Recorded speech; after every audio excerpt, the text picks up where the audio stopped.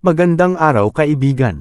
Ang ating ikukwento sa araw na ito, ay ang pelikulang Monster Hunter, na pinalabas sa taong 2020, na pinagbibidahan nila Milla Jovovich at Tony Jaa. Halina't atin ang simulan. Sinasabing may mga bagong daigdig sa labas, na nakatago sa persepsyon ng ating mga pandama. Sa partikular na bagong mundong ito, ang mga tao ay nabubuhay kasama ang iba't ibang uri ng malalaki at mababagsik na halimaw. Mayroon ding mystical tower sa gitna ng disyerto na laging napapalibutan ng mga itim na ulap at kidlat, at doon ay kasalukuyang naglalayag ang isang sunship na pinamumunuan ng admiral. Ang kanilang paglalakbay ay biglang nag-ambala nang sila ay inatake ng isang halimaw na nakatira sa mga buhangin na tinatawag na Diablos. Sinusubukan itong patumbahin ang barko gamit ang kanyang higanting katawan, kaya pumunta ang admiral sa manibela at sinubukang iwasan ang halimaw. Ang kanilang pagtakas ay matagumpay, ngunit ang handler ay nahulog mula sa barko at naiwan sa disyerto. Sa Earth, si Captain Natalie Artemis at ang kanyang team, na binubuo nina Lincoln, Marshall, Dash, Steeler at Axe, ay naghahanap ng nawawalang pangkat ng mga sundalo sa disyerto. Ang tanging clue na mayroon sila, ay isang pag-record ng kanilang mensahe sa SOS at ang mga track ng gulong sa kalsada na biglang huminto, na parabang ang sasakyan ay biglang naglaho, at mayroon ding ilang misteryosong rock marker na malapit sa kalsada na may mga simbolo na hindi nila mabasa. Biglang lumitaw ang isang madilim na bagyo sa kanilang harapan, at ito'y papalapit sa kanila. Sumakay ang koponan sa kanilang mga sasakyan upang makaalis agad sa lugar, pero gaano man kabilis ang kanilang pagmamaneho, ang bagyo ay mas mabilis at sila'y naabutan, habang tinatamaan ng bagyo ang lahat ng mahiwagang marker gamit ang kidlat, na nagpapakinang sa mga nakasulat sa mga ito. Ang kanilang sasakyan ay biglang nahulog, at umiikot na parabang tinutulak sila ng hangin. Nang sila'y nakalapag na ay lumabas sila sa sasakyan, at napansin nilang umatras na ang bagyo at lumulutang sa ibabaw ng mga bundok, na may iba't ibang istruktura na wala sa kanilang mapa. Ang disyerto kung saan sila matatagpuan ay puno rin ng mga buhangin, na dapat ay imposible dahil ang pinakamalapit na buhangin ay dapat nasa 20 kilometro pa ang layo. Ang lahat ng kanilang mga electronics ay nasira, at kahit na ang kanilang compass ay hindi na gumagana. Kaya nagpasya silang subukang bumalik sa base, sa pamamagitan ng pag-navigate gamit ang araw. Ngunit sa sandaling iyon ay tinawag sila ni Axe, upang lapitan nila ang kanyang nakita. Nahanap nila ang nawawalang koponan, at ang mga sundalo ay patay na at sila'y sinunog ng matinding init. May napansin din sila sa paligid, gaya ng glass shards at ang mga basyo ng bala, na nangangahulugan na pinagtanggol nila ang kanilang sarili, at sila'y lumaban hanggang sa huling sandali. Ngunit kung ano man iyon, hindi ito nag-iwan ng mga marka sa buhangin. Nag-aalala sila tungkol sa kung ano man ang dahilan nito, ang koponan ay bumalik sa kanilang mga sasakyan at umalis sa lugar, na hindi nila nalalaman na pinapanood sila ni Hunter, sa pamamagitan ng kanyang spyglass. Ngunit sila ay huminto ng pagkakita nila sa isang higanting kalansay ng hayop, na mas malaki pa sa isang dinosaur. Habang sila ay nakahinto, pinana sila ni Hunter upang bigyang babala. Ngunit ang mga sundalo ay gumanti ng pagpapaputok, hanggang sa iutos ni Artemis na huminto, dahil isa lamang itong tiyok na nagbibigay babala. Sa sandaling iyon, umahan si Diablos mula sa buhangin at sinimulang habulin ang squad, habang sinusubukan nilang tumakas sakay ng kanilang mga sasakyan, ang halimaw ay tila hindi tinatablan ng bala. At kalaunan ay naabutan nito ang isang sasakyan, na nagresulta ng pagtaob nito at pagkamatay ni Axe. Si Steeler ay nakatakbo bago madurog ang sasakyan at nakasakay sa jeep kasama ang iba, ngunit hindi nila magawang makalayo. Kaya napataob din ng halimaw ang kanilang sasakyan, at tinusok si Steeler ng sungay ng halimaw. Ngunit bago siya mamatay, ay nagawa niyang ihagis ang mga granada. Pero ang halimaw ay hindi nasaktan, ngunit nagkaroon naman sila ng pagkakataon na makatakbo at magtungo sa mabatong lugar. Habang pinana ni Hunter ang halimaw upang pabagalin ito, at nakapasok ang koponan sa isang kuweba at umatras na rin ang halimaw. Nagsimulang matarante si Dash tungkol sa kanilang sitwasyon, ngunit si Artemis bilang isang pinuno ay pinatatag ang kanyang grupo. Gayunpaman, naputol ang kanyang pagsasalita nang bigla siyang kunin ng isang halimaw, na parang bang gagamba na tinatawag na Nursila, siya ay tinusok ng nakakaparalisadong kamandag bago siya ihulog at nagsimulang barilin ito ng mga sundalo. Sinubukan ni Marshall at Lincoln na bigyan si Artemis ng CPR, ngunit hindi ito gumagana, at nagsabi si Dash na kailangan na nilang umalis dahil mas maraming Nurse Silas pa ang dumadating sa gabing iyon. Sa pag-aakalang patay na si Artemis, siya ay iniwan ng kanyang koponan. Sila ay patuloy pa rin sa pagbaril habang umaatras, at sila ay tinutulungan ni Hunter. Si Dash ay natalapid, kaya nagkaroon ng pagkakataong umatake ang halimaw mula sa itaas at makuha si Marshall. Habang tumago si Hunter sa kanyang lihim na lungga sa kuweba, at si Artemis ay nagising na medyo nahihilo. Naririnig niya ang mga hiyawan ng kanyang mga kasamahan na nagmumula sa labas, ngunit hindi nagtagal ay inatake siya muli ng isang Nursila. Sa sumunod na paggising niya, si Artemis ay nasa loob ng kukon sa pugad ng mga Nursila. Sa kabutihang palad, napunit niya ito gamit ang kanyang mga kamay. Nang siya'y nakalabas ay napansin niyang napapalibutan siya ng mga buto at mas maraming mga kukon, kung saan ay nandoon din ang katawan ni Dash at Marshall. Nilalabanan niya ang pagkahilo at sakit, at kinuha ni Artemis ang nahulog na pouch ng kanyang teammate, at gayon din ang dalawang flare, isang oxygen can, at mga bala. Gamit ang isa sa mga flare bilang liwanag, siya ay lumakad papalayo at nagulat nang makita si Lincoln, na hindi niya nararamdaman ang kanyang braso at dumaranas ng pananakit ng dibdib. Wala silang kamalay-malay na sinusundan sila ng halimaw, at tinutulungan ni Artemis si Lincoln na maglakad patungo sa labasan nang maubos ang kanyang flare. Sa oras na kailangan niyang sindihan ng isa pa, isang Nursila ang lumitaw sa harap nila, na napipigilan ng kanyang flare. Pero si Lincoln ay nakaramdam ng higit na sakit sa kanyang katawan, at pinunit ang kanyang damit, na nakita niya na may napipisang mga itlog sa kanyang sugat at kinuha siya ng Nursila. Nang subukang kunin din nitong si Artemis, ay gumawa siya ng apoy sa pamamagitan ng pagbuga ng oxygen can sa flare, at naging sanhi ito ng pagkasunog ng buong pugad. Nagsimulang umakyat si Artemis patungo sa labasan, ngunit hinawakan ng isang Nursila ang kanyang binti at kinaladkad siya pabalik. Pero napalaya niya ang sarili sa pamamagitan ng paghahagis ng mga bala sa apoy, at ang mga bala ay pumutok. Sa wakas ay nakalabas siya sa kuweba, at pinipigilan ng sikat ng araw ang mga Nursila. Matapos mabigla tungkol sa mga gumagapang na sensasyon sa kanyang katawan, pinutol niya ang isang bala na nakita niya sa lupa, at ibinuhos ang pulbere sa kanyang sugat sa bukong-bukong, pagkatapos ay ginamit niya ang dalawang bato upang lumikha ng isang spark at mag-apoy ang pulbus, mabisang pag-cauterize ng sugat. Pagkatapos ay umakyat siya sa burol upang mas makita ang lugar, ngunit nakikita lamang niya ang desyerto sa paligid at ang bagyong nagdala sa kanila. Naisip niya na maaaring maging susi iyon sa pag-uwi, ngunit may isang bagay na kailangan niyang subukan muna. Dumampot siya ng bato at itinapon ito sa buhangin, dahilan upang lumabas ang malaking halimaw at mabilis din na umalis nang walang makita. Ipinagpatuloy ni Artemis ang kanyang paggalugad sa mabatong lugar, habang si Hunter ay sinusundan siya mula sa malayo. Nakahanap siya ng mga wasak na barko, at naisip na maaari siyang makahanap ng tubig. Nakakita siya ng lalagyanan ng tubig, ngunit naglalaman lang ito ng mga buhangin. Nang sinubukan pa niyang pumasok sa barko, tumalon si Hunter mula sa kanyang likuran, ngunit mabilis siyang nag-react at nagsimula silang maglaban. Kapwa sila mahusay sa pakikipaglaban, pero nagawa pera ni Artemis na masaksak si Hunter gamit ang kanyang kutsilyo, ngunit nagtagumpay pa rin si Hunter sa kanya at nagawang manalo. Pagkatapos ay itinali ni Hunter ang kanyang mga kamay, at dadalhin niya si Artemis sa kanyang lungga sa kuweba, sinusubukang pabilisin ang kanilang paglalakad, bago sumapit ang gabi at muling lumabas ang mga gagamba. Bumagsak si Artemis sa lupa at dinampot ang isang tipak ng salamin, nang hindi siya napapansin bago siya muling dinampot at dinala.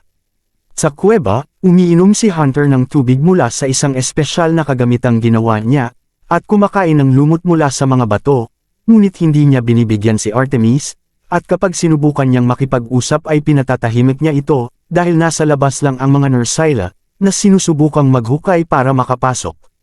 Pagkatapos ay gumawa si Hunter ng gamot para sa kanyang sugat sa dibdib, at nanalangin sa dalawang maliit na figure na daladala niya, na hindi niya nalalaman na si Artemis ay nagpapanggap lamang na natutulog, na sinusubukan niyang kalagan ang kanyang sarili, gamit lamang ang tipak ng salamin. Kinaumagahan, lumabas si Hunter upang tingnan ang bagyo at ang halimaw. Nang siya'y bumalik, ay hindi niya nakita si Artemis kung saan niya siya iniwan. Biglang nagpakita si Artemis sa kanyang likuran, at siya ay hinampas at ginapos, sinubukan niyang uminom ng tubig, ngunit sinipa ito ni Hunter upang hindi siya makakuha. Hindi sila magkaintindihan dahil magkaiba ang kanilang wika, kaya sinira ni Artemis ang kanyang maliit na altar, na ikinagalit ni Hunter ng sobra, kaya tumalon ito sa kanya at nagsimula silang maglaban muli. Ang lahat ng paggalaw at pag-ikot ay nagresulta sa paglabas nila sa kuweba, at dahil dito ay hindi nila makontrol ang paggulong nila pababa. Nahulog si Hunter sa isang butas na magdadala sa kanya sa pugad ng Narsilas, ngunit sinagip siya ni Artemis sa tamang oras, at hinila niya siya pataas at pinutol ang lubid sa kamay niya, at dito nga ay pinapaunawa niya na hindi siya ang kanyang kaaway, at nag-aalok siya sa kanya ng isang tsokolate bilang handog para sa kapayapaan. Sinubukan niyang kainin at nagustuhan niya ang lasa nito, bilang kapalit ay binigyan siya ng tubig na maiinom at sinundan niya si Hunter sa gilid ng burol. Kung saan ay nagawa nilang makipag-usap ng kaunti, na gusto nilang pareho na pumunta sa bagyo, ngunit si Diablos ay nasa daan. Iniisip ni Artemis na dapat silang bumalik sa kanyang mga sasakyang militar, at kunin ang kanilang mga armas, ngunit hindi sumasang-ayon si Hunter dahil ang mga baril ay walang silbi laban sa halimaw. Sa halip ay dinala niya siya sa pasukan ng pugad ng mga Narsilas, para ipaliwanag ang kanyang ideya, kung makakapatay sila ng gagamba at kunin ang lason nito, magagamit nila ito para talunin si Diablos. Naintindihan ito ni Artemis na kailangan nila ng halimaw upang pumatay ng isa pang halimaw, at tinanggap na maging pain. Habang lumulubog ang araw, siya ay nakatayo sa gitna ng mabatong lugar at kumakanta ng isang kanta ng hukbo, upang maakit ang atensyon ng isang Narsila, at gumana ang kanilang plano nang lumitaw ang isang gagamba, at tumakbo si Artemis sa direksyon ng kanilang bitag. Ang Narsila ay humakbang sa isang lubid na bumibihag sa kanya, at ginamit ni Hunter ang pagkakataong tumalon mula sa itaas. Gamit ang kanyang higanteng espada, ay hinati niya ang ulo nito at pinutol din niya ang stinger. Nakalaunan ay dinala nila sa kuweba, bago pa sila sundan ng mas marami pang Narsilas, pagkatapos ay nagbabahagi sila ng kaunting kalokohan, at ipinaliwanag ni Hunter na ang mga figurine ay kumakatawan sa kanyang pamilya, na ngayon ay patay na. Kinabukasan, sinimulan nilang ihanda ang kanilang mga plano. Ang laman ng stinger ng Narsila ay nakabalot sa isang arrow, at gumagawa din sila ng isang bitag sa wasak na barko, at si Artemis ay binigyan ng sandata upang sanayin. Ang isa ay katulad ng grappling hook, ang isa naman ay isang set ng dalawahang blades, na nag-aapoy kapag pinagdikit. Ngayon ay inumpisahan na nila ang plano sa pagpalipad ng isang sisidlan, at bumagsak ito sa gitna ng desyerto, na naging dahilan upang puntahan ito ng halimaw, at magkaroon ng malaking distansya mula sa kanila. Ngayon ay nagsimulang tumakbo sina Artemis at Hunter patungo sa sasakyan, at ngayon ang halimaw ay humahabol sa kanila, kaya napilitan silang humintong ng pumailalim ang halimaw sa buhangin. Dito ay nagpasya si Hunter na kumilos bilang isang pain, habang si Artemis naman ay pupunta sa kanyang sasakyan. Sa pagtakbo ni Hunter ay nalaglag niya ang kanyang pouch, na naglalaman ng figure ng kanyang pamilya. Binalikan niya ito para kunin, ngunit nagkaroon ng pagkakataon ng halimaw para patumbahin siya, pero hindi nag-aksaya ng oras si Hunter na panain ang kanyang mata, gamit ang makamandag na pana, at ikinagalit ito ng halimaw at hinampas siya ng buntot, at na muli siyang aatakihin ay nagpaputok si Artemis ng machine gun, para kunin ang kanyang atensyon. Dito nga'y nagsisimula ng mahilo ang halimaw dahil sa kamandag, ngunit hindi pa rin sapat ang mga bala para siya ay patumbahin. Kaya't sumugod ito kay Artemis at tinaob ang sasakyan, kung saan siya nagtatago, at patuloy pa rin siyang sinusundan ng halimaw nang siya ay makalabas, pero sinamantala ito ni Hunter upang umakyat sa ulo niya, at isinaksak ang kanyang espada sa gitna nito. Ngunit hindi ito masyadong malalim, kaya tumilapon siya hanggang sa matamaan niya ang kabilang sasakyan. Ngayon ay desidido na si Artemis na tapusin ang halimaw, kaya't itinutok niya ang kanyang kawit sa ulo nito. Nang gumalaw ang halimaw ay naitaas siya nito, at natulungan siyang mapunta sa ibabaw ng ulo. Dito nga'y ibinaon niya ang espada, at tuluyan nang namatay ang halimaw. Pagkatapos ay kumuha si Artemis ng maraming supply na mahahanap niya mula sa sasakyan, at kumuha ng isang pirasong matigas na balat ng halimaw, para gumawa ng pansamantalang stretcher, upang maisama niya si Hunter. Pagkalipas ng maraming oras, nagsimulang lumakas ang hangin at nalalagay sila sa panganib, kaya gumawa si Artemis ng tolda para sa kanila, at ginamit ang emergency army kit para panatilihing tumitibok ang puso ni Hunter. Ang sandstorm ay natapos din, at iniwan silang nakabaon sa buhangin. Pero salamat sa tolda, dahil pareho silang nakaligtas at madaling nakalabas. Pagkatapos ng isa pang mahabang paglalakad, sina Artemis at Hunter ay nakarating sa isang oasis, kaya nagpasya silang huminto upang magpahinga. Ang lugar ay tulad ng isang parang, na ang hayop ay gaya ng isang pagong na tinatawag na Apseros, na ipinaliwanag ni Hunter na mga herbivore, kaya hindi nila kailangang matakot sa kanila. Nang si Artemis ay lumapit sa tubig upang uminom, ang isang halimaw na tinatawag na Cephalos ay lumabas mula dito upang salakayin siya, ngunit pinatay ito ni Hunter sa isang mabilis na pag-indayog ng kanyang espada, at pagkatapos ay kanilang inihaw ito sa apoy. Nang gabing iyon, pagkatapos nilang kumain ay nagulat sila sa biglaang pag-apoy ng paligid, na sumunog sa oasis. May isa pang halimaw na umaatake, isang mas malaki kaysa sa lahat ng nakita nila sa ngayon, ang Rathalos, isang wyvern na bumubuga ng apoy. Isang grupo ng natakot na Apseros ang patungo sa kanila, at sinusubukang makatakas mula sa Rathalos. Si Hunter ay nagawang makatakbo, ngunit si Artemis ay bumagsak sa lupa sa gitna nila. Sa palagay niya ay madudurog na siya, nang biglang may lumitaw na tao sa kanyang harapan. Ito ay ang Admiral, na nagpaapoy ng espada upang pigilan ng mga Apseros na makalapit. Tumayo si Artemis at pinagdikit ang kanyang dalawang espada, upang sundan ang kanyang halimbawa habang si Hunter ay nakarating sa gilid ng isang bangin, at muntik na rin siyang masagasaan kung hindi dahil kay Handler, na nakasabit sa isang lubid at iniligtas siya. Nang mawala na ang lahat ng Apseros, pinasalamatan ni Artemis ang Admiral para sa kanyang tulong, nagulat siya sa pagsasalita nito ng Ingles, bago siya pinatumba sa isang suntok. At pagkatapos ay nagising siya sa loob ng isang kulungan na nasa barko, habang pinapanood siya ng mga tauhan ng Admiral, kaya pinaalis sila ni Hunter, na halatang nakonsensya sa kanyang pagkakakulong, ngunit wala siyang magagawa tungkol dito. Pagkaalis din niya ay napansin ni Artemis na may hatch sa sahig ng kanyang kulungan, kaya ginamit niya ang bangko upang sirain ang kandado. Pagkatapos buksan ang pinto ay palihim na pumasok siya sa kusina. Nang subukan niyang kumuha ng kutsilyo, nagulat siya sa malapusang kasama ng Admiral. Siya ay opisyal na chef na si Palico, na hindi siya hinahayaan na kumuha ng kahit ano. Pagkatapos ay dumating si Hunter, at may dalang magandang balita para sa kanya. Dinala siya upang makita ng Admiral, na humingi ng paumanhin sa kanya dahil sa hindi pagkakaunawaan, at pagkatapos ay inalis ang kanyang pusos, bago ipaliwanag kung bakit niya iyon ginawa. Ang Admiral ay natatakot sa kanyang mundo, at kung ano ang maaaring gawin nito sa kanila.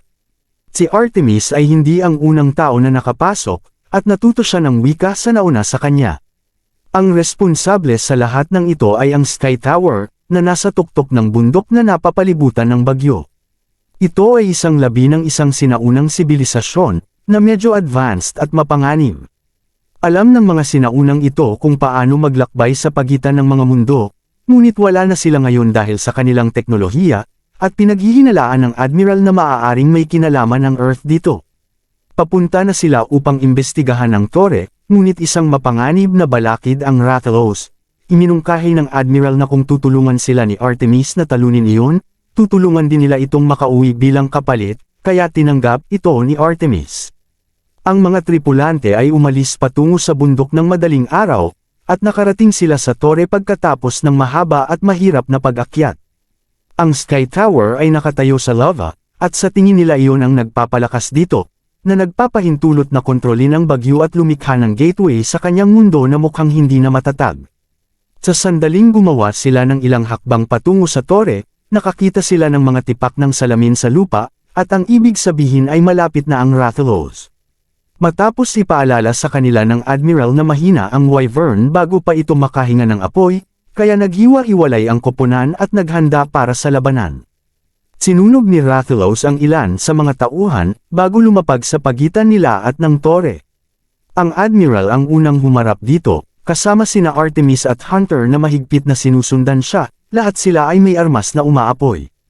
Sinusubukan din ng ibang mga tripulante na tumulong, ngunit itinulak lang sila ng Rathalos palayo, habang ang lahat ng special marker sa paligid ng tore ay umiilaw.